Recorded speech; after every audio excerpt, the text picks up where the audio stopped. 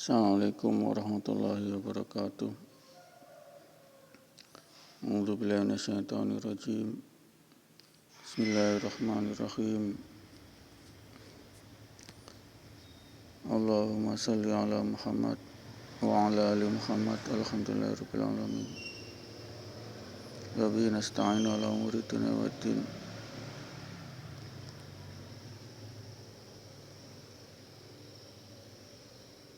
Rabbi shrah li sadri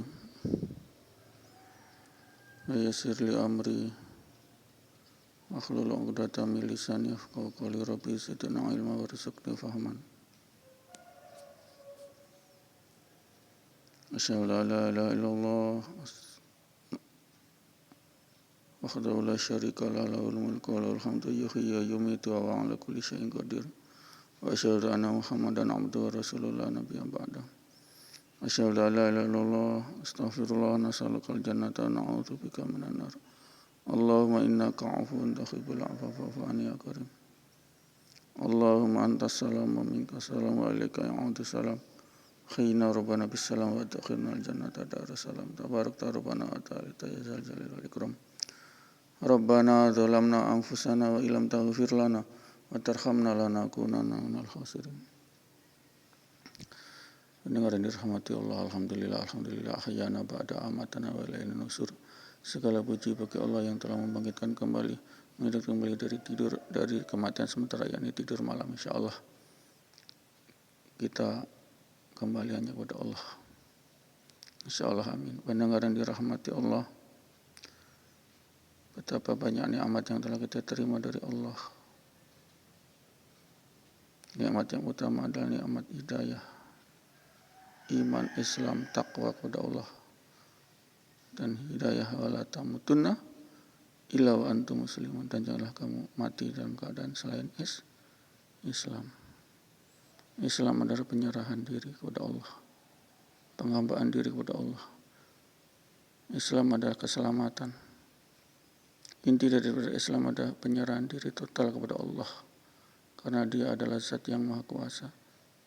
Qul kullu man indillah, katakan semua dari sisi Allah. Qul wallahu ahad, Allah satu. Rabbana ma khalaqta hadza batila subhanaka faqina adzabannar. Maha suci ya Allah, tiada sia-sia Engkau ciptakan semua ini.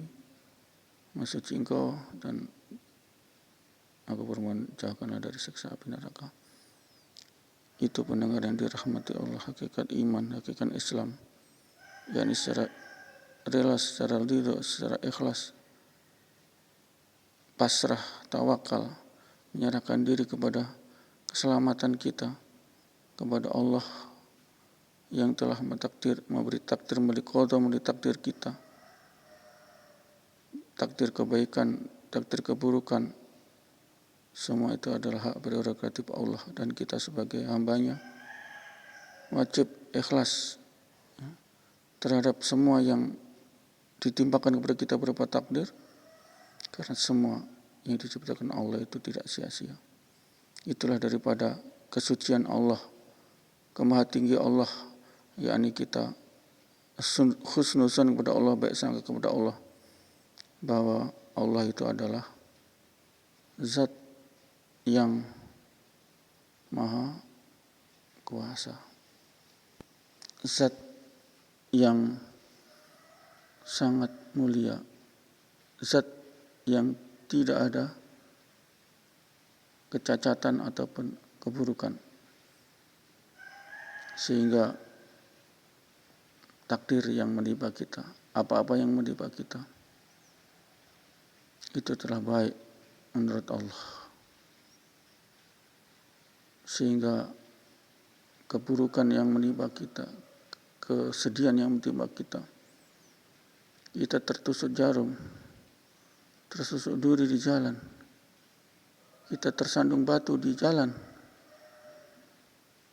itu adalah kebaikan, karena disitulah pengukuran dosa kita. Itulah muslim sejati. Dia senantiasa mensucikan Allah. Allah Maha Suci, Allah Maha Suci. Hanya Allah lah yang Maha Suci. Tidak ada tandingan-tandingan di sisi Allah. Tandingan-tandingan Tuhan. Tandingan-tandingan kecintaan kita yang berlebihan hanya kepada Allah. Kalau kita cinta kepada dunia, dunia akan lenyap. Cinta kepada istri, kepada suami, suami akan wafat. Terpisahlah kita. Kalau kita cinta kepada anak, cinta akan mati juga. Cinta kepada pimpinan pun akan pensiun. Cinta kepada pekerjaan kita akan pensiun juga. Tidak ada yang kekal. Sehingga kita hanya cinta kepada Allah yang sangat berlebihan. Hanya cinta kepada Allah yang sangat berlebihan. Karena Allah lah kita ini ada. Dari tidak ada. Dari sperma ovum ayah ibu. Terciptalah kita di rahim ibu. Dari tidak ada. Menjadi ada kita. Yang lengkap, yang tidak cacat, yang cantik, yang ganteng, yang punya otak cerdas. Itulah penciptaan Allah terhadap kita. Kita diciptakan sebagai makhluk yang sempurna. Makhluk yang paling sempurna. Manusia. Malaikat tidak sempurna karena mereka tidak punya nafsu. Hewan tidak sempurna karena hewan tidak punya hati. Tidak punya akal. Dia cuma punya naluri. Kita lah ciptaan Tuhan yang sempurna. Kita diberi hawa nafsu tapi kita masih bisa berbuat kebaikan. Malaikat tidak pernah berbuat kejelekan karena memang malaikat tidak diberi nafsu. Jadi wajar dan lumrah. Tapi yang hebat adalah ketika manusia diberi hawa nafsu. Tapi manusia masih sempat mensucikan diri. Istighfar, menyembah Allah. Mensucikan Allah. Dan kalimat la ilaha illallah itulah keagungan paling tinggi. Kemuliaan yang paling tinggi. Yakni mensucikan Allah dengan la ilaha illallah. Tiada Tuhan yang disembah, yang dicintai kecuali Allah. Kita terlalu cinta kepada dunia, kepada kekuasaan, kita akan mempertahankan dengan sekuat tenaga. Menistakan orang yang ingin merampas kekuasaan. Jadilah kekacauan di dunia. Padahal kita punya kekuasaan, tidaklah juga kita amanah. Inilah dunia pendengar. Saling sikut, saling kejar, saling menistakan. Karena itulah hakikat dunia. Hakikat dunia di sisi Allah adalah sangat rendah. Allah setelah menciptakan dunia tidak memandangnya. Karena apa? Dunia ini sebagai fitnah daripada manusia. Menggelincirkan manusia ke jurang neraka. Allah tidak pandang lagi setelah menciptakan dunia. Allah di dalam firman-Nya tidak pernah memuji dunia. Memuji kecerdasan, memuji teknologi, tidak pernah. Yang Allah puji adalah orang yang takwa, orang yang sidqin, benar, orang yang sabar, orang yang ikhlas, orang yang muhsinin, orang yang baik. Itu yang Allah puji.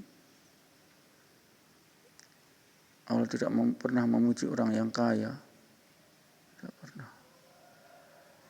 Tapi disitulah hasrat manusia. Panjang angan manusia ingin kaya. Entah dengan kekayaan itu dia bisa berbuat baik atau tidak. Yang penting hawa nafsunya, mereka ingin kaya.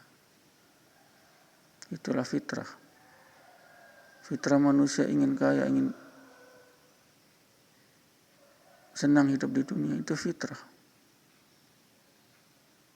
Tapi apakah fitrah ini dicapai dengan jalan yang haram, na'udzubillah min dzalik.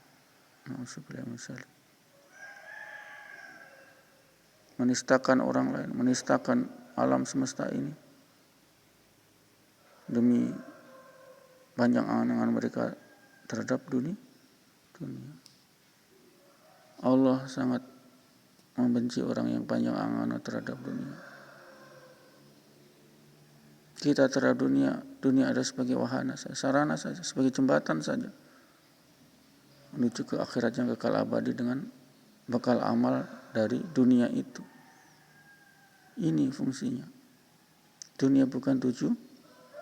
Dunia adalah sarana untuk kebaikan. Yang miskin kita bantu, yang apa kita bantu, yang yatim piatu kita bantu, yang punya usaha agama kita bantu, yang kena musibah kita bantu. Itulah fungsi dunia yang melekat kepada kita. Bukan dunia itu bukan untuk ditumpuk,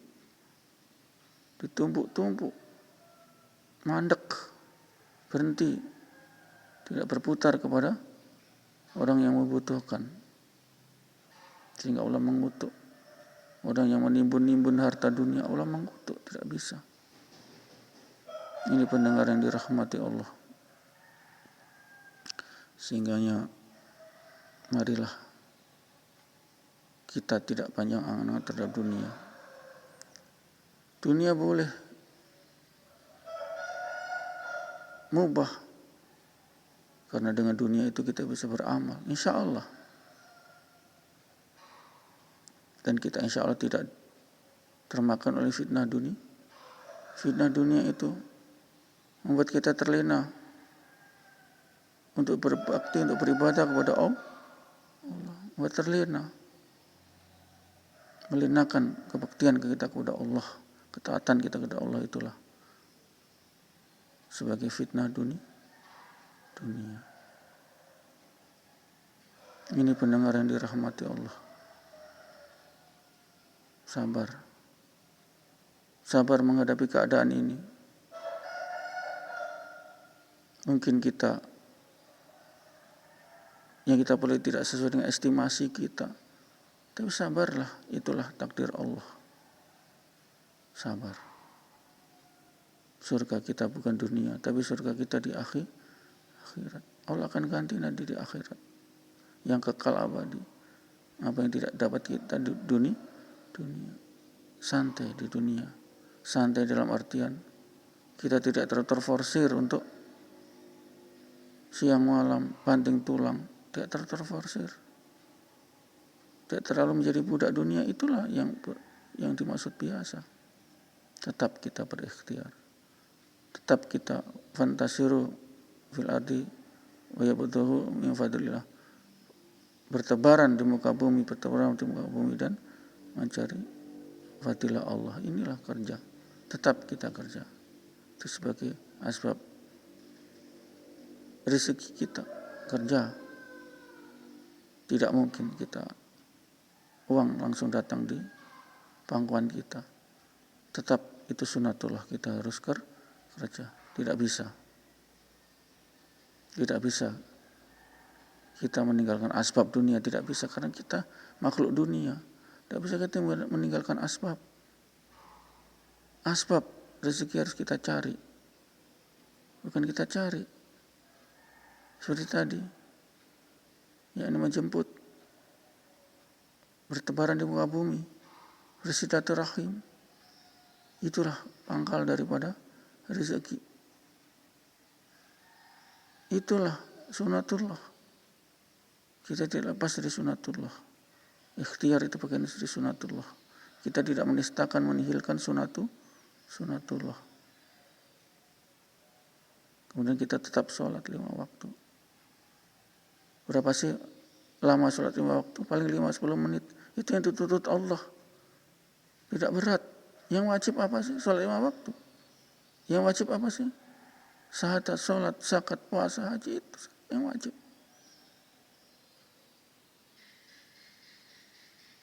Secara harian itu yang wajib. Bersuci juga wajib, itu memang itu. Bersuci, haram, atas kecil kata besar. Wajib. Berbaik, birrul walidain, wajib juga, itulah. Berzakat wajib karena itu zakat. Berbaik-baik pada tetangga itu wajib karena itu merupakan ajaran Rasulullah. Tapi yang pasti, yang setiap hari harus kita laksanakan itu hak Allah, jadi disembah, disucikan, yakni sholat 5 waktu itu. Kita rutinkan, itulah yang akan ditanya Allah pertama-tama di yaumil mahsyar nanti, yaumil hisab nanti. Itu tidak berat. Apa sih yang berat dari agama ini? Tidak ada yang berat. Tapi kita Rabbana zalamna anfusana, kita mau ada pengakuan bahwasanya kita itu zalim, telah zalim, menzalimi diri sendiri. Apa sih Allah? Sholat cuma berapa menit. Diawali juga dengan kita bersuci dulu dari atas besar atas kecil. Jinabat, mandi jinabat dan wudu, kemudian kita sholat. Habis 5 menit habis. Ke masjid. Ya itulah. Kita rutinkan itu haknya Allah. Pembeda antara Islam dan Islam itu sholat di masjid, sholat. Tidak lama itu, paling cuma 5-10 menit itu. Mari kita ikhlaskan, kita senantiasa itu. Ini pertama, pintu pertama Allah mengangkat derajat satu kaum adalah ketika kaum itu mendengar daripada seruan azan, kemudian melangkahkan kaki ke masjid. Itu yang pokok, ibadah pokok. Umul ibadah, yakni sholat. Itu kita tegakkan. Karena itu pembeda antara kafir dan muslim itu. Kita tegakkanlah. Sehingga kita diberi nusrullah, pertolongan Allah dari sholat 5 waktu berjamaah di masjid. Itu nusrullah akan datang. Itu saja kita aktifkan dulu, kita rutinkan dulu, kita isi masjid dengan sholat 10 menit sajalah 5 waktu ini. Ini adalah hakikat Islam. Dari situlah timbul pertolongan Allah, nusrullah dari sholat berjamaah 5 waktu itu. Pertolongan sehat badan, tidak terkena penyakit. Pertolongan musuh takut kepada Islam. Pertolongan rezeki lancar, tidak datang musibah. Ini pertolongan Allah. Dengan jalan apa? Itu tadi. Dengan jalan gerakan sholat 5 waktu berjamaah di masjid. Itu efeknya sangat besar bagi tubuh kita. Kita gerakkan dari rumah ke masjid jalan kaki, itu sudah olahraga. Rutin 5 kali, itu sudah sehat. Di masjid kita gerakan sholat, merefleksikan daripada saraf-saraf ini, tubuh kita sehat, memicu daripada metabolisme, memicu daripada enzim-enzim dari gerakan sholat. Menguasai ini bagian tubuh, merangsang saraf-saraf, efek multiplier daripada saraf tubuh kita dari air itu, pemicu, sebagai pemicu suhu dingin. Itu pendengar yang dirahmati Allah. Insya Allah dengan gerakan sholat yang simpel itu, Allah angkat derajat kita. Allah angkat bangsa ini dari keterpurukan. Allah angkat kita ke makom nabi-nabi. Makom nabi-nabi ini maksum, tidak ada dosa. Insya Allah kita laksanakan niat amal dan sampaikan. Kita akhiri. Bismillahirrahmanirrahim. Allahumma shalli ala Muhammad. Astaghfirullah. Subhanallah wa bihamdihi, subhanakallahumma wa bihamdika, asyhadu an la ilaha illa anta, astaghfiruka wa atubu ilaik. Assalamualaikum warahmatullahi wabarakatuh.